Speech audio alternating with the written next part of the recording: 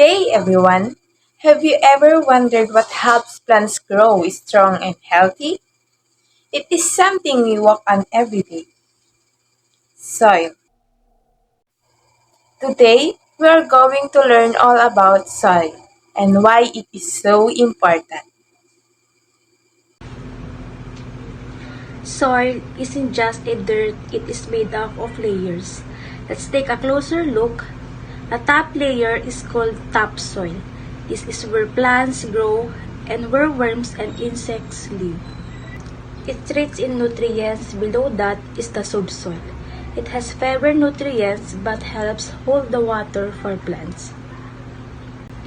Underneath, it is all the bedrock. It is made up of solid rock. Did you know soil is made of different parts? It has tiny pieces of rock, water, air, and organic matter, like dead leaves and plants. All these parts work together to make soil the perfect place for plants to grow. Soil is super important. Help plants grow by giving them water. Keeps trees standing tall to give us shade.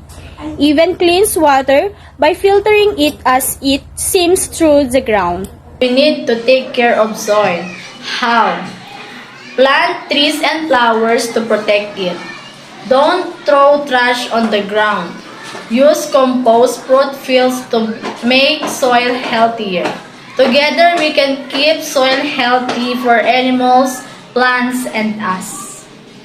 So now you know why soil is amazing. It's not just dirt, it's a home for plants and animals and helps keep our earth healthy. If you want to test your understanding about the soil, click the link below. Let's do